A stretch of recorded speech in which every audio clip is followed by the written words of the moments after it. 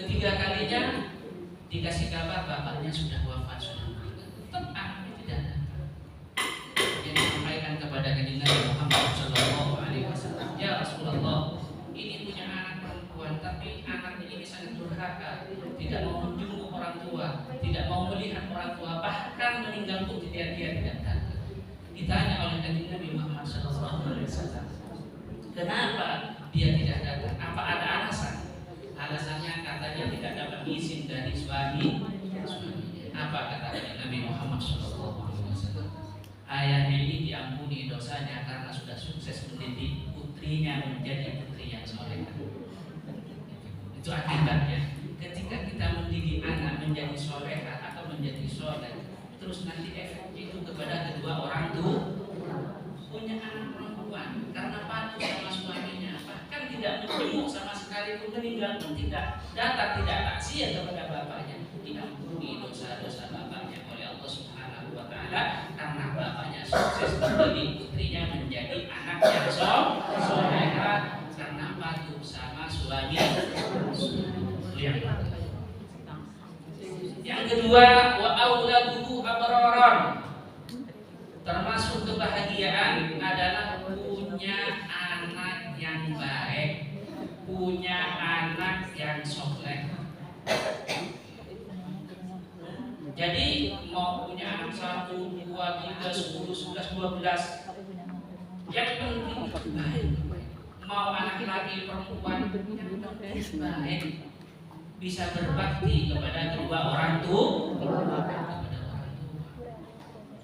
Anak sekarang lain Bapak Ibu. Anak sekarang ini ketika bapaknya sudah sepuh, ketika bapaknya masih sehat itu bapak saya, ketika ibunya masih sehat itu ibu saya. Tapi ketika giliran ibunya itu sudah usia lanjut, sudah sepuh, saling bukan apa namanya, saling lempar satu sama lain. Ya udah kamu rawat ibu saja atau bawa ke sana aja, itu sekarang. Apa itu anak yang berbakti kepada kedua orang tua? Bahkan dulu ada sebuah pengalaman Bapak Ibu, ketika ibunya ini meninggal, nangis luar biasa, berderai air mata. Maka ditanya oleh temannya, apa kamu tidak ridho dengan kepulangan ibunya? Apa yang dijawab? Saya menunjukkan Bapak Ibu, saya bukan tidak ridho atas kepulangan ibu saya, akan tetapi ladang ibadah saya sudah hilang, sudah habis karena ibu saya sudah meninggal. Karena berbakti kepada orang tua ini hukumnya wajib Bapak Ibu. Berbuat baik kepada orang tua itu hukumnya wajib. Bahkan berbakti kepada orang tua, merawat orang tua itu mendatangkan kebahagiaan dan mendatangkan rezeki. Ketika kita dalam keadaan sulit, ingati orang tua, suami orang tua. Suami ke sana bukan bawa ayam dari orang tuanya Bapak Ibu, tapi kita nyampe ke sana. Anak sekarang kan lain Bapak Ibu, ketika datang ke orang tuanya, kita mau masak apa? Bukan saya bawa ibu, saya masak ini, tidak sekarang. Ibu masak apa? Masak. Ini merugikan orang tua. Ya.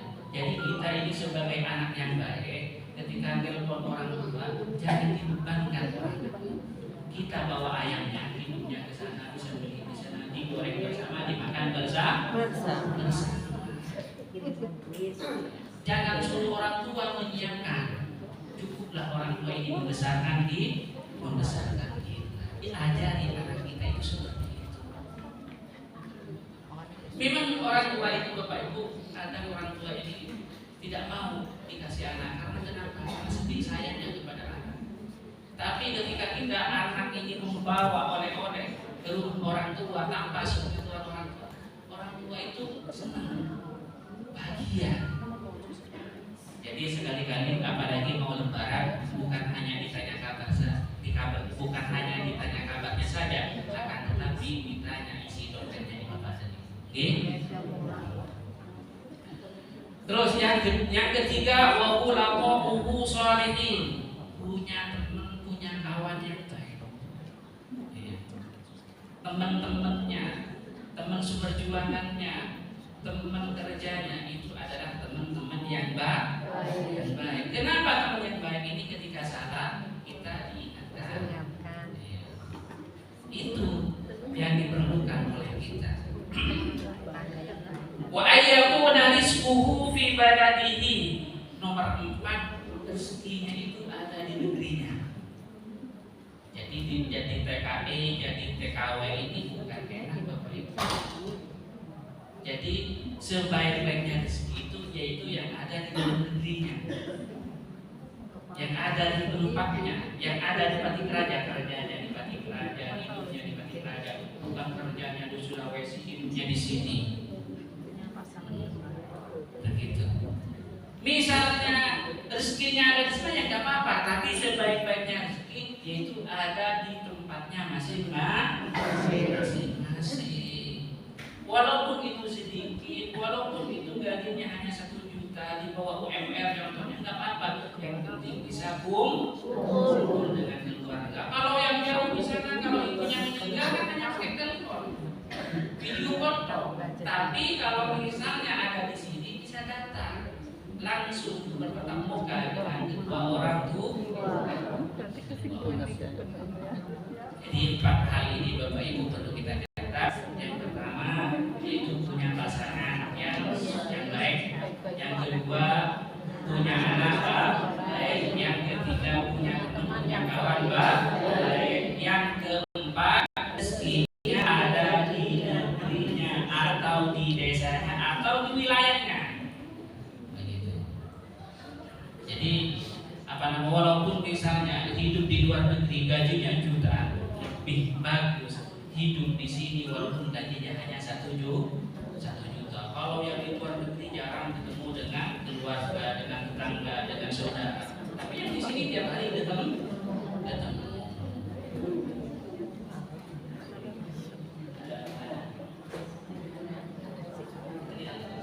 Jadi ini hanya pengantar dok. Mungkin Bapak Ibu mau untuk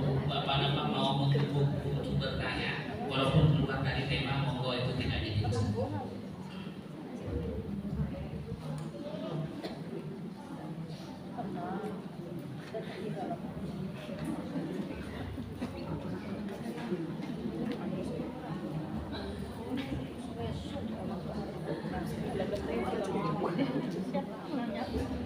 Kepada ibu-ibu dan ranting Kecamatan Pariraja yang sekarang ada jadwal bertanya kepada Bapak Kiai, dipersilakan. Sekarang giliran jadwal dari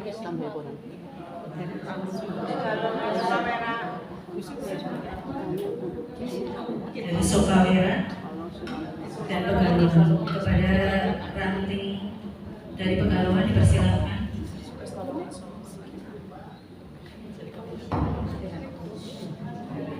Kepada dari ranting Pegalongan, silakan. Berdiri Bu.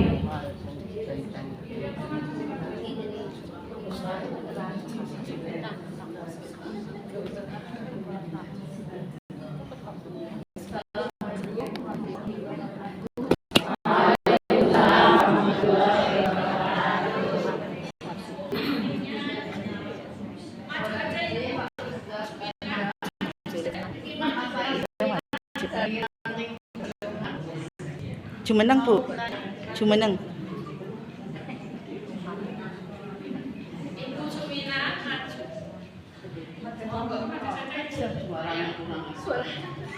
Suaranya kurang keras. Mic-nya ada yang panjang. Ada mic yang panjang.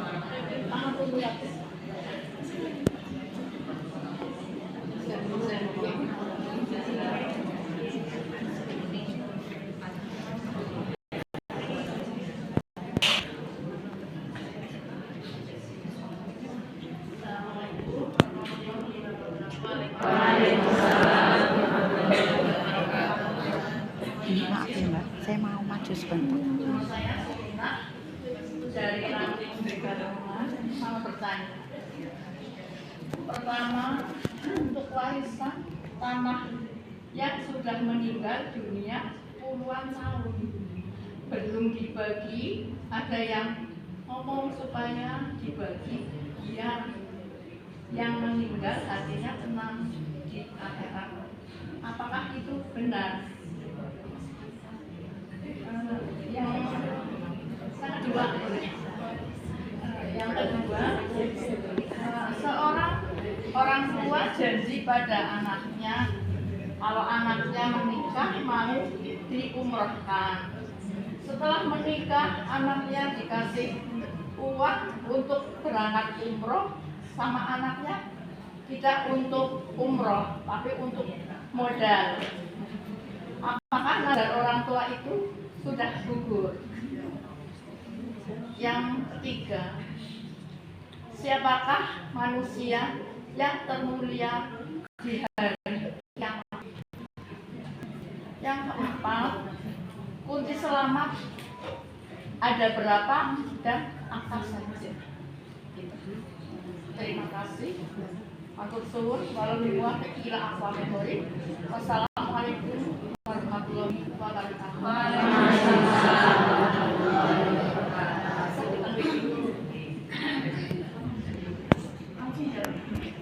Terima kasih untuk ranting pegalongan yang telah memberikan pertanyaan kepada Pak Kiai, sekaligus mungkin mewakili para ibu-ibu yang lain.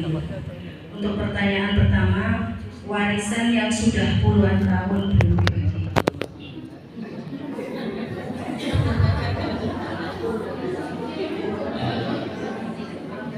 Baik, Bapak Ibu, Ibu-ibu yang saya hormati, bagaimana hukumnya tanah yang ditinggal oleh mayit sudah bertahun-tahun tanpa ditaruhin? Kasih PAC saja ya, biar dibangun apa. Jadi begini, ketika ada orang tua meninggal, terus orang tua itu punya aset banyak, contohnya 500 juta, 200 juta sampai 1 M. Kewajiban bagi ahli waris, jadi anak itu namanya ahli waris. Dua hal yang perlu ditanyakan dulu. Yang pertama tentang hutang kepada Allah. Apa hutang tersebut? Sudah haji atau tidak? Itu yang pertama. Yang kedua tentang hutang kepada sesama, kepada orang lain. Punya hutang atau tidak?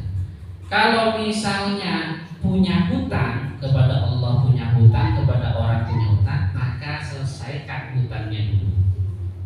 Hutang kepada Allah juga diselesaikan, hutang kepada makhluk juga diselesaikan. Tidak boleh dibarokin, tidak boleh dibagi hartanya. Kalau misalnya tidak meninggalkan hutang sama sekali, haji sudah sama orang tidak punya hutang, maka harus difaroid. Difaroid bukan dibagi-bagi ya, difaroid. Kalau difaroid ini yang laki itu mikul, yang perempuan itu gendong. Begitu. Nah nanti kan, loh ini tidak adil, saya ini kan sama-sama anaknya juga. Nah makanya kenapa harus difaroid? Ketika tidak difaroid nanti langsung dibagi, ada hak-hak nanti yang akan dizalimi.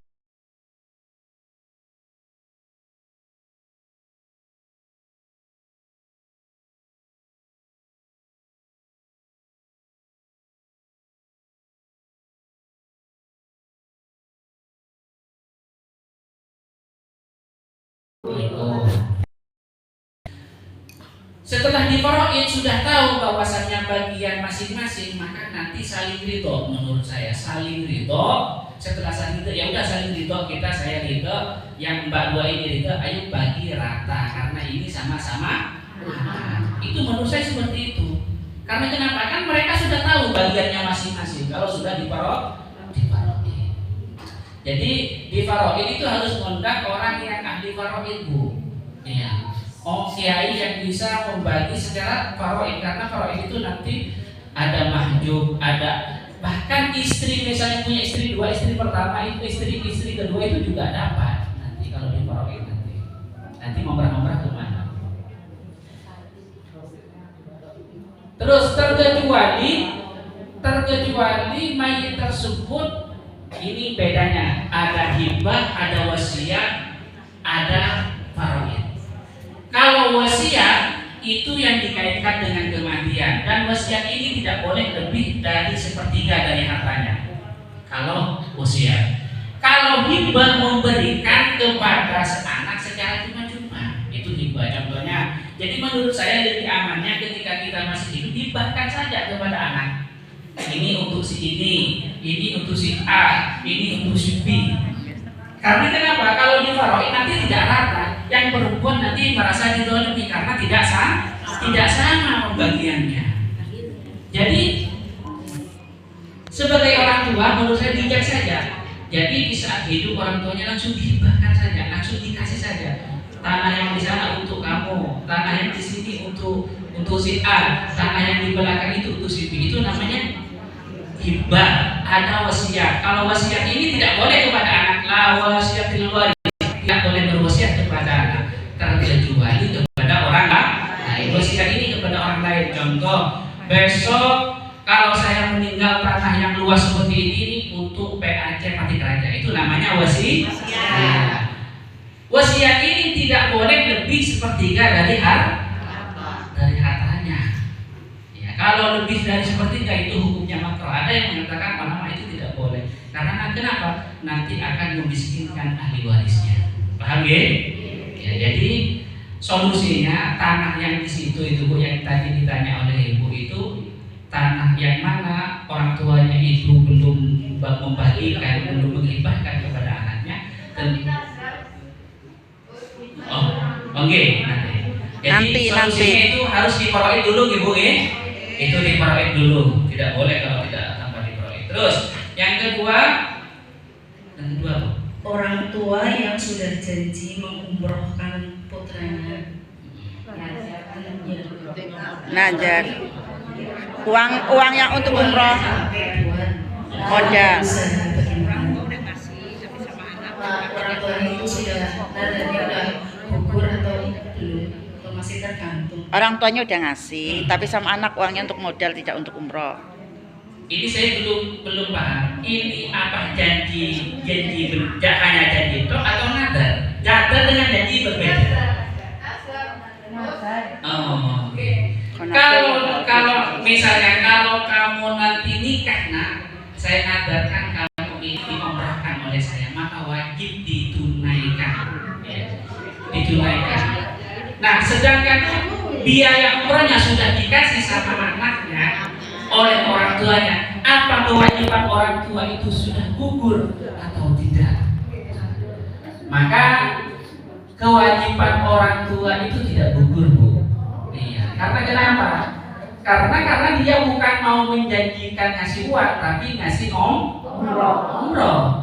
Iya. Kalau misalnya saya nadar saya kasih harga uang untuk pergi umroh, ini saya umrohkan, otomatis hadiah umroh dari orang tua itu bukan dikasih biaya uang kepada anak, maka kewajiban orang tua itu belum gugur. Iya, belum gugur. Jadi wajib dilaksanakan, wajib ditunaikan. Karena uang yang dipakai oleh anak itu tidak menggugurkan orang tua, karena yang kena nadar ini adalah orang tua. Karena kenapa? Nadarnya kan tadi kan mau mengumrohkan kan? Nadar mau mengumrohkan. Kenapa dikasih uangnya? Kenapa dikasih biayanya? Kok tidak didaftarkan langsung? Terus. Maaf untuk pertanyaan nomor 3, dimohon untuk mengulang kembali. Jadi nanti Orang yang paling mulia di akhirat, di hari kiamat. Orang yang paling mulia dan spesial di hari kiamat yaitu Nabi Muhammad SAW. Apa namanya? Apa dalam hadis ya? Iya, apa namanya? Kullu adan tahta liwa'i, kata Nabi. Semua anak Adam itu di bawah bendera aku semuanya. Wala fakhra, bukan saya itu sombong. Jadi semua besok manusia semuanya ada di naungan di benderanya Kanjeng Nabi Muhammad SAW. Bahkan yang memberi pertolongan syafaatul uzma, syafaat yang paling agung, yang paling besar itu dihadiahkan kepada Kanjeng Nabi Muhammad. Kenapa? ketika kanjeng Nabi berdoa ini tidak langsung diberikan oleh Allah Subhanahu wa taala di dunia. Karena kenapa? Karena doa tersebut, permintaan kanjeng Nabi tersebut disimpan oleh kanjeng Nabi, nanti akan dipanjatkan di alam mahsyar di hari kiamat untuk menyelamatkan manusia. Lain dengan nabi-nabi yang dulu. Kalau nabi yang dulu ketika binasakan umatnya langsung dibinasakan. Seperti kaumnya Nabi Lut, kaumnya Nabi Soleh, kaumnya Nabi Hud, itu dibinasakan oleh dengan permintaan nabinya. Tapi kanjeng Nabi tidak pernah mendoakan buruk kepada umatnya, tidak pernah mendoakan binasa kepada umatnya, karena doa ini disimpan oleh kanjeng Nabi Muhammad SAW. Bahkan ketika kanjeng Nabi Bapak Ibu di Bukit Uhud tidak bisa bergerak dan tidak bisa berdiri karena rasa sakit kanjeng Nabi yang dipanah, yang ini dengan pedang sampai kanjeng Nabi giginya ini luka dan kanjeng Nabi tidak bisa bergerak. Bahkan cacian dari Abu Sufyan itu luar biasa. Maka si Abu Sufyan itu berkata kepada para sahabat, siapa yang akan membela Muhammad? Muhammad sekarang sudah mati, sudah meninggal. Sidina Abu Umar ini mau membalas, mau menjawab, tapi dilarang oleh kanjeng Nabi Muhammad SAW. Itulah akhlak kanjeng Nabi Muhammad SAW. Maka hari ini akan diberikan doa yang paling besar, menyelamatkan semua. Cukup ya. Masih ada satu lagi untuk pertanyaan yang nomor 4. Bisa diulang, Bu Sumita? Kunci selamat ada berapa dan apa saja? Kunci selamat ada berapa dan apa saja? Kunci selamat. Kunci selamat. Kunci selamat yang pertama itu iman kepada Allah, iman kepada kanjeng Nabi. Maqala fi akhir kalamihi la ilaha illallah dakhala al-jannah. Barang siapa yang melafalkan kalimat la ilaha illallah di akhir hadisnya dakhala al-jannah, maka masuk surga. Masuk surga di sini melewati proses dijebur dulu, di laundry dulu, transit dulu. Karena kenapa? Karena di situ ada berumur dosa di situ. Terus itu kunci selamat. Pertama iman kepada Allah dan kepada kanjeng Nabi. Yang kedua, kita ini Bapak Ibu melakukan ibadah ini bukan semata-mata kita hanya mendapatkan pahala toh, akan tetapi ingin mendapatkan ridho Allah. Kalau kita dapat ridho Allah Bapak Ibu, pahala itu kecil. Ibaratkan begini, kalau kita ini kenal dengan Allah, kenal dengan orang lain itu biasa begitu. Jadi kita ini melakukan ibadah, pengajian di mana-mana, berjuang, berjihad, itu adalah semata-mata bukan karena pahala, tapi karena mengharap ridho Allah Subhanahu wa taala. Itu adalah tingkatan yang paling tinggi. Yang ketiga itu adalah baca sholawat kepada kanjeng Nabi Muhammad SAW. Orang yang paling dekat dengan kanjeng Nabi, orang yang dipanggil terlebih dahulu oleh kanjeng Nabi Muhammad SAW besok di hari kiamat adalah orang yang paling banyak baca sholawat kepada kanjeng Nabi Muhammad SAW. Innallaha wa malaikatahu yusholluna 'alan nabi ya ayyuhalladzina amanu shollu 'alaihi wa sallimu taslima. Kanjeng Nabi ini Bapak Ibu tidak pernah memerintahkan sesuatu. Allah ini tidak pernah memerintahkan sesuatu ini terus Allah melakukan. Seperti baca sholawat kanjeng Nabi, Allah itu bersolawat dan memerintahkan kepada malaikatnya untuk baca sholawat. Dan Allah Subhanahu wa taala memerintahkan kepada umat manusia untuk membaca sholawat. Ketika Allah memerintahkan sholat, Allah tidak sholat. Ketika Allah memerintahkan puasa, Allah tidak puasa. Ketika Allah memerintahkan zakat, Allah tidak melakukan zakat. Akan tetapi ketika Allah Subhanahu wa taala memerintahkan untuk baca sholawat, Allah bersolawat kepada kanjeng Nabi Muhammad. Bertanda bahwasanya kanjeng Nabi Muhammad ini adalah makhluk yang spesial. Tapi walaupun kanjeng Nabi punya keistimewaan ini, jangan sampai dikutuskan menjadi Tuhan. Kanjeng Nabi ini adalah seorang makhluk kekasih Allah Subhanahu wa taala.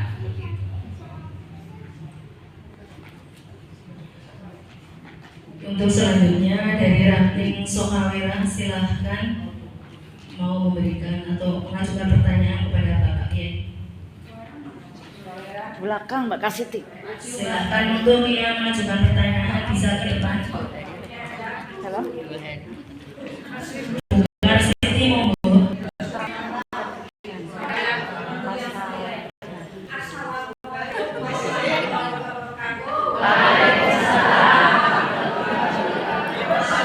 Maju cantik. Satu-satu dulu lagi. Satu-satu saja dulu. Berdiri Mbak kelihatannya. Ham. Am.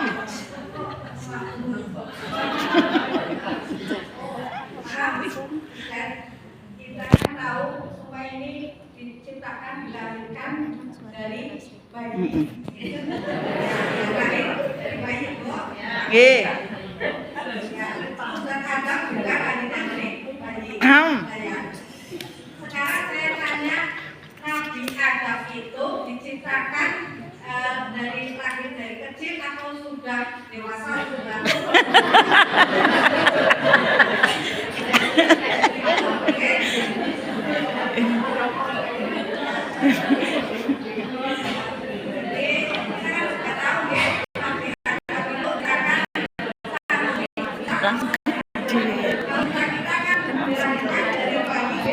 Nggih.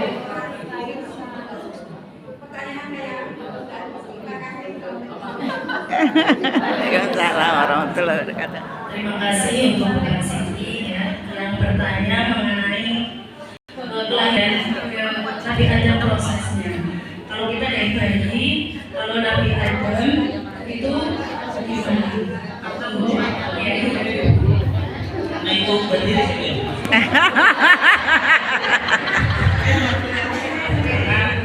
Kalau untuk Adam ini saya semangat juga itu, karena nama saya Adam. Ya. Jadi begini, kalau yang di sini Bapak Ibu berproses, ya. Saya dilahirkan, ya. Dari bayi. Tahun 86 saya dilahirkan, Bapak Ibu, terus berproses. Tapi kalau Nabi Adam, induk kita yang dulu itu prosesnya itu bukan proses lewat rahim, tapi proses penciptaan Allah Subhanahu wa Ta'ala. Pertama, prosesnya Nabi Adam ini diambil dari seluruh penjuru tanah, Bapak Ibu. Ya, kan manusia ini kan macam-macam, ada yang hitam, ada yang putih, ada yang setengah hitam, setengah putih.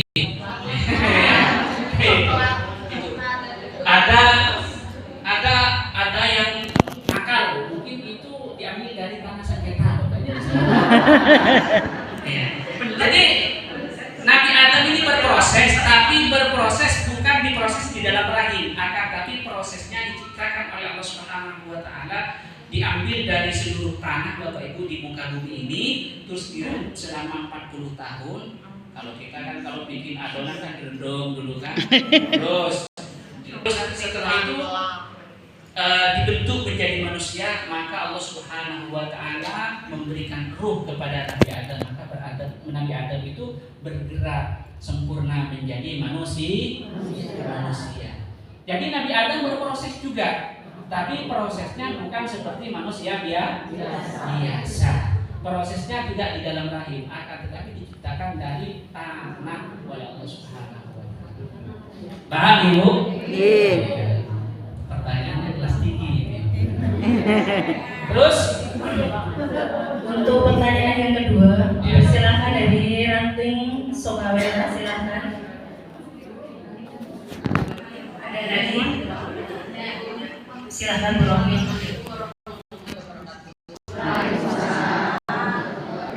Terkait dengan temanya tadi Bapak kebahagiaan kita yang kedua yaitu memilih anak yang soleh atau solehah. Yang saya tanyakan, bagaimana cara mendorong atau mengajak atau memotivasi anak yang memiliki rasa pemalu. Yang saya alami anak saya kan alhamdulillah sudah didasari di pondok untuk memalunya kayaknya masih malu gitu katanya. Misalkan diajak untuk mengajar kita kaki misalnya masih kecil lagi misalkan katanya malu. Kalau suruh ngisi putung sama mbaknya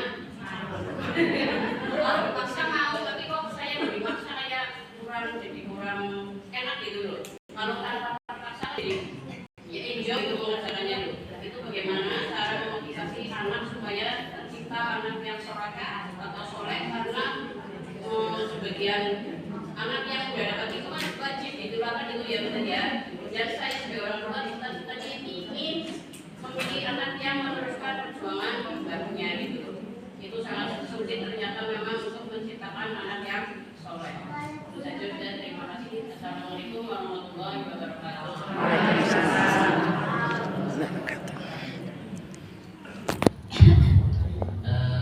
Baik Bapak Ibu, alhamdulillah punya anak punya rasa sifat malu, tapi bukan malu-maluin Bu ya. Apa namanya? Karena pemalu itu sifat Bu. Ya. Karakter. Ya. Kadang orang karakternya itu tidak pede dan sebagainya, itu karakter. Tapi perlu dorongan, dan terutama dari orang tua dan juga sering bergaul dengan orang. Ketika sering bergaul dengan teman-teman Bapak Ibu, dulu ini saya paling tidak bisa ngomong dan saya juga pemalu Bapak Ibu. Ya, saya juga pemalu. Karena kenapa? Saya dulu ini dipaksa tuntutan dari pondok pesantren itu saya harus mengajar di sebuah tempat di beda kabupaten selama 1 tahun. Ya, tidak boleh tidak, itu harus dilaksanakan. Kalau tidak dilaksanakan nanti saya gugur, harus melanjutkan tahun berikutnya. Nah, karena di situ ada banyak teman-teman yang itu dari beberapa tempat untuk mengajar juga, terus saya bergaul bagaimana cara ngomong di tengah-tengah masyarakat. Karena kadang saya ini ketika dari pondok itu siap untuk menyampaikan ceramah, tapi ketika melihat orang ciut saya hilang semua, blank pikiran saya. Ya, jadi makanya perlu dorongan, perlu latihan pelan-pelan. Ya. Pertama ya aktif di IPNO dan di PPNU. Pertama jadi MC, kedua nanti menyampaikan kultum dan lain sebagainya. Kadang Bapak Ibu ya, saya kadang di kamar itu sendirian dengan tembok ini saya kadang ngomong. Itu kadang ngomong. Assalamualaikum warahmatullahi wabarakatuh. Kadang saya kaget ada teman di belakang, Ustaz tadi ngomong apa? Saya latihan. Karena ini perlu latihan. Karena tidak langsung instan Bapak Ibu, tidak langsung instan. Nah nanti lama-kelamaan terbiasa, akhirnya bisa. Karena ini sifat. Ketika sifat kalau dipaksakan nanti akan menjadi bahaya. Jadi tidak harus dipaksakan, pelan-pelan, suruh bergaul. Tapi yang pergaulan yang positif, berteman dengan yang teman-teman yang baik dan sebagainya. Sekarang itu tangganya itu untuk kita bisa ngomong di depan banyak orang itu aktif di organisasi. Kan sekarang kan organisasi itu ada IPNO, ada EPPN, NU, ada Fatayat dan sebagainya. Nanti dikit demi sedikit, insya Allah dia itu akan bisa untuk menyampaikan, walaupun hanya sebentar. Jadi bisa ngomong di banyak orang. Jadi ngomong di banyak orang ini perlu kepedean, perlu mental. Ketika mentalnya tidak kuat, sealim apapun Bapak Ibu, maka tidak bisa, hilang nanti beliau. Karena kenapa? Ketika melihat ke depan, matanya para hadirin itu kayak wajah Bapak Ibu. Dia mau nyamber itu. Jadi bukan enggak. Jadi pikiran kita itu kadang bodoh. Jadi mentalnya harus kuat, punya dorongan dari orang tua dan lain sebagainya.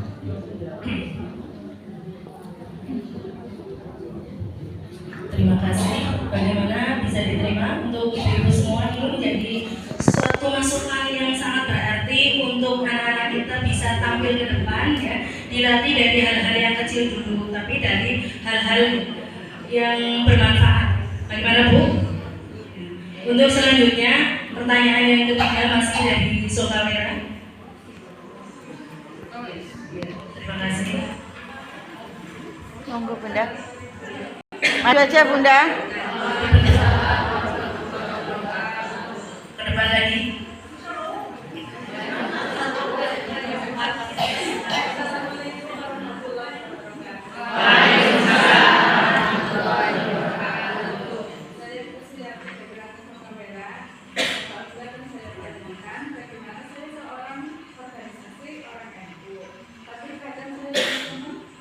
bersama teman-teman ikut jamaah di musola Muhammadiyah.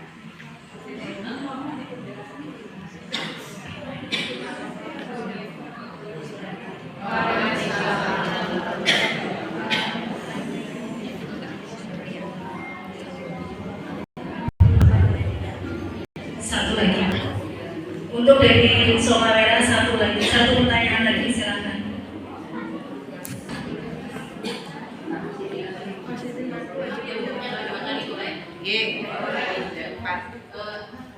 Sama-sama aja kedua kali. Maaf, dan untuk yang keempat tadi kan memiliki rezeki diri sendiri. Ini yang kita alami, kalau saya sendiri alhamdulillah suami saya di rumah. Tapi saya mewakili teman yang lain, ada beberapa teman saya yang ditinggal suaminya mencari nafkah di luar negeri, di Singapura dan sana. Nah, kebahagiaan itu kan harus kita raih gitu ya. Mungkin dalam dunia senang karena nafkahnya mengakhiri yang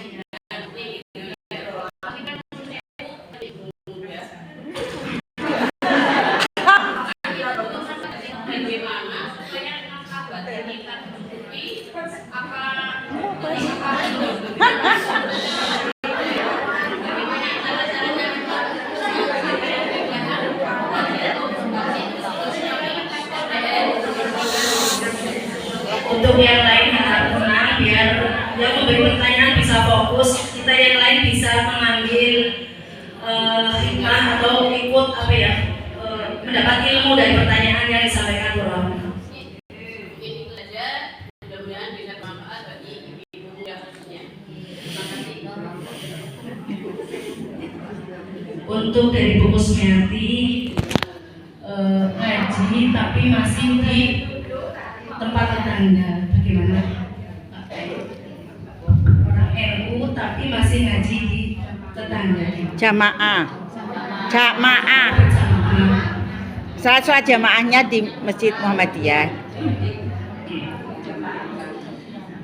Bagaimana orang NU bahkan musliman NU berjemaah ke masjidnya tetangga yang tidak sepaham dengan kita. Ya nggak apa-apa Bu, yang penting ibu itu jangan ke bawah, oke? Jangan ke bawah, paham yang kita perjuangkan ini sehingga nanti luntur ketika nanti Bapak Ibu bergaul dengan ibu. Syukur-syukur ibu itu bisa membawa mereka, ya, membawa mereka ke rumah kita, bukan ibu yang datang bukan ibu nanti dibawa ke sana. Jadi begini, yang baik ambil, yang tidak baik jangan diambil. Nah, takutnya gini Bu, ketika nanti ibu karena gini, ketika nanti mendengarkan ceramah, nah kok di NU begini, kok di Muhammadiyah begini, takut ibaratkan orang cari harga. Gimana cari harga? Di sini agak murah, di sini agak mahal, nanti beli di sini. Jangan seperti itu. Kita beragama ini jangan seperti itu. Kita harus punya komitmen. Kita harus punya komitmen baru. Sekali kita NU ya NU begitu. Misalnya nanti tidak boleh tidak itu karena tetangga demi menjaga keharmonisan sebagai bentuk toleransi kita kepada mereka, ya monggo. Tapi jangan sampai ke bawah. Syukur-syukur ibu tadi yang berjamaah itu bisa membawa jemaah yang ada di sana dibawa ke sini. Begitu Bapak Ibu. Harus kita punya pendirian. Ya. Kita ini harus loyal. Yang benar ini adalah madhab saya, madhab NU begitu. Enggak apa-apa, kita klaim adalah yang benar itu adalah madhab NU begitu. Tidak ada masalah. Yang penting ibu yang saya ingatkan jangan sampai ke bawah. Ya, amalia-amalianya dengan bahkan nanti akan menentang kita. Ya, itu sangat tidak baik. Itu yang pertama. Yang kedua, pertanyaan ibu tadi, bagaimana hukumnya suami yang ada di luar negeri, artinya LDR ya. Katakan ini Nabi Muhammad SAW, perempuan ini bisa sabar ditinggal oleh suaminya itu 4 bulan, benar atau tidak? Rasa kangennya itu sampai 4 bulan Bapak Ibu. Bisa bertahan seperti itu.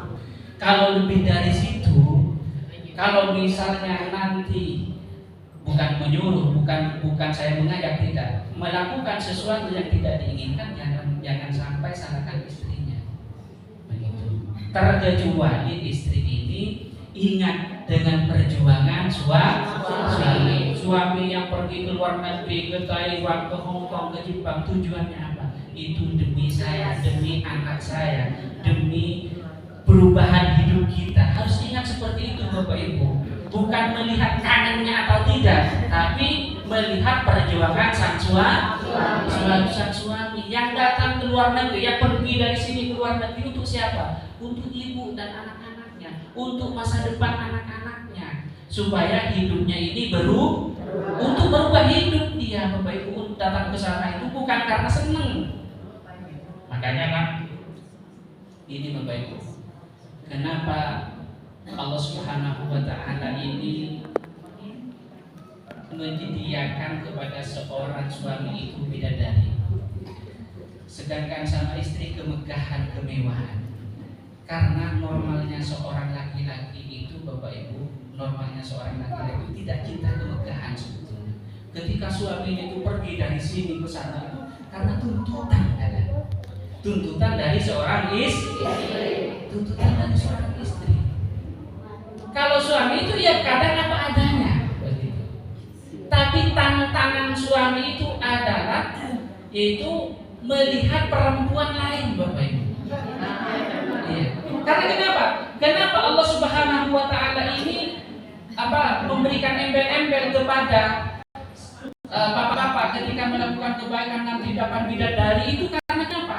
Karena normalnya seorang laki-laki itu suka perempuan. Jadi kalau suaminya itu melirik seorang perempuan, Bapak Ibu berarti normal. Normal ya, maksudnya normal. Normal Bapak Ibu, benar kan? Justru itu ibu kesel ketika suaminya suka sama laki-laki. Kalau hanya sekedar suka, Bapak Ibu ya udah suami saya berarti normal dong. Nah, begitu juga ketika istrinya misalnya seorang istri ini suka kemegahan, suka beli baju, suka belanja, itu normalnya perempuan memang seperti itu. Iya, normalnya seperti itu. Makanya dijanjikan oleh Allah Subhanahu wa Ta'ala, perempuan ini disediakan payung emas, disediakan rumah yang bagus di surga. Karena kenapa? Normalnya seorang perempuan memang suka seperti itu. Jadi ketika ada istrinya misalnya suka belanja, berarti normal. Itu nggak ada apa-apanya sih. Ketika misalnya istrinya dibawa ke mall, terus digandeng, terus ngelirik, terus baju mau dibeli semua, itu normal, itu biasa. Itu normal. Begitu juga ibu harus sadar, kita harus sadar. Ketika sang suami itu kadang-kadang namanya laki-laki kan iseng goda perempuan, berarti suami saya normal, berarti normal. Jadi biar saling mengerti satu sama lain. Makanya kan bidadari itu disiapkan kepada laki-laki. Sedangkan bidadari ini tidak ada artinya besok di surga Allah Subhanahu wa Ta'ala karena lebih cantik istri kita besok. Lebih cantik. Ngapain kalau istri kita cantik dari bidadari? Ngapain kita memilih bidadari kan begitu? Itu hanya sebagai embel-embel saja pada sang suami biar dia itu untuk melakukan ibadah kepada Allah Subhanahu wa Ta'ala. Paham nggih? Jadi yang pertanyaan tadi, kembali ke tema pertanyaan tadi, yaitu kalau jangan ingat masalah kangennya nih, tapi ingat perjuangan sang suami. Karena berjuang itu datang ke Taiwan itu karena tuntutan keluarga, tuntutan anak, tuntutan istri. Karena ketika anaknya tidak makan, bajunya tidak ganti, kan kasihan. Oh iya, anak saya harus berubah, anak saya harus lebih baik daripada tetangga. Begitu kadang. Itu bukan karena menjauh dari bapak dari ibu, akan tetapi dia itu karena untuk memenuhi kewajiban keluarga. Terima kasih kepada Bapak Kiai yang telah memberikan jawaban, dan mohon maaf saya masih ada lagi. Ibu karena masih ada waktu, monggo Ibu ditambah lagi mau bertanya. Saya yang mau bertanya, menyambung dari Bu Kusmianti, ini terjadi di tempat saya. Ada jamaah yang ngaji di tetangga dan hasilnya itu jadi membandingkan, terus disampaikan kepada jamaah yang lain. Itu yang membuat ibaratnya saya menjadi agak besar. Ya, jadi itu solusinya bagaimana? Sedangkan haji itu kan di mana-mana boleh, tapi kalau sudah menerima masukan menjadi pembeda, membandingkan itu yang menyebabkan kurang pas. Ya. Terus yang kedua, untuk masalah pasangan, kita semua ibu-ibu pasti ingin sekali memiliki pasangan yang soleh. Tapi dilalah memiliki pasangan yang ya ada kekurangan, ada apa? Itu solusinya bagaimana? Kan paling tidak kan saling mengetahui. Kepengennya yang soleh, yang bagus, yang rajin ibadah. Tapi qadarullah memiliki pasangan yang kadang mau ngaji saja tidak diizinkan, mau ikut yasinan saja tidak boleh. Itu bagaimana Pak Kiai? Terima kasih. Masih semangat Bu? Karena tepuk tangannya.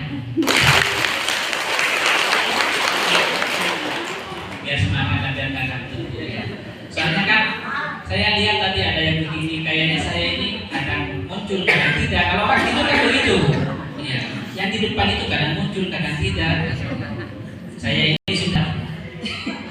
Baik Bapak Ibu ya. Bagaimana hukumnya ketika kita datang ke tempat atau pengajian yang mana pengajian tersebut tidak seideologi dengan kita, tidak sepaham dengan kita, bagaimana? Maka kalau sekiranya itu membahayakan pada diri kita, nanti kita itu akan menjadi pimplang, maka itu lebih baik dihindari. Tapi kalau misalnya kita bisa tahan nanti, tidak terpengaruh seperti apapun, tidak terpengaruh, bahkan kita ini bisa mengajak mereka, monggo, itu tidak ada. Terus yang kedua pertanyaannya, bagaimana kita ini agar mendapat pasangan soleh dan soleha? Ini yang disampaikan tadi itu adalah sebagai gambaran. Kalau bisa kita berikhtiar seperti itu. Kalau misalnya tidak bisa, kita sudah berikhtiar, pasrahkan kepada Allah. Fatawakkal 'ala Allah. Pasrahkan, serah diri kepada Allah Subhanahu wa Ta'ala. Karena ikhtiar kita ini tidak akan Bapak Ibu melampaui ketentuan Allah Subhanahu wa Ta'ala. Dengan ikhtiar kita ini sudah dapat pahala.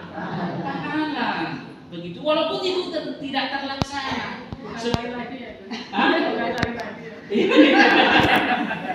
Iya. Jadi begini, contoh kita berjuang. Berjuang ini bukan hasil loh, tapi ikhtiar kita, perjuangan kita, keringat banting tulang kita untuk berjuang. Contoh di perang Uhud. Di perang Uhud ini para sahabat sudah berjuang luar biasa, tapi kalah. Apa di situ nanti akan mendapat dengan kekalahan tersebut nanti jemaah saling menjatuhkan sama lain? Tidak, karena dengan ikhtiar tersebut akan mendatangkan pahala. Jadi yang muda-muda ini yang belum ada yang muda, ada yang belum punya suami, Sudah tidak punya suami. Sudah tidak punya suami.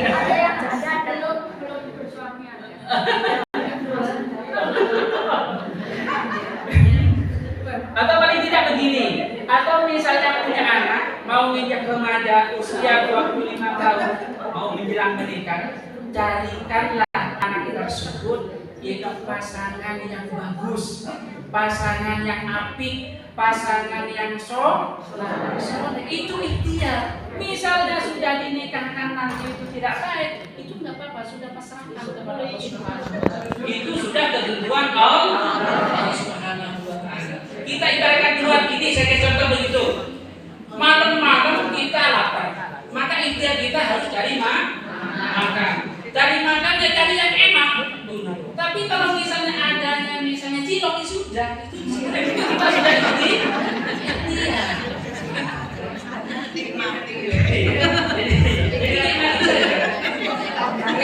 Karena dengan ikhtiar itu akan mendatangkan pahala.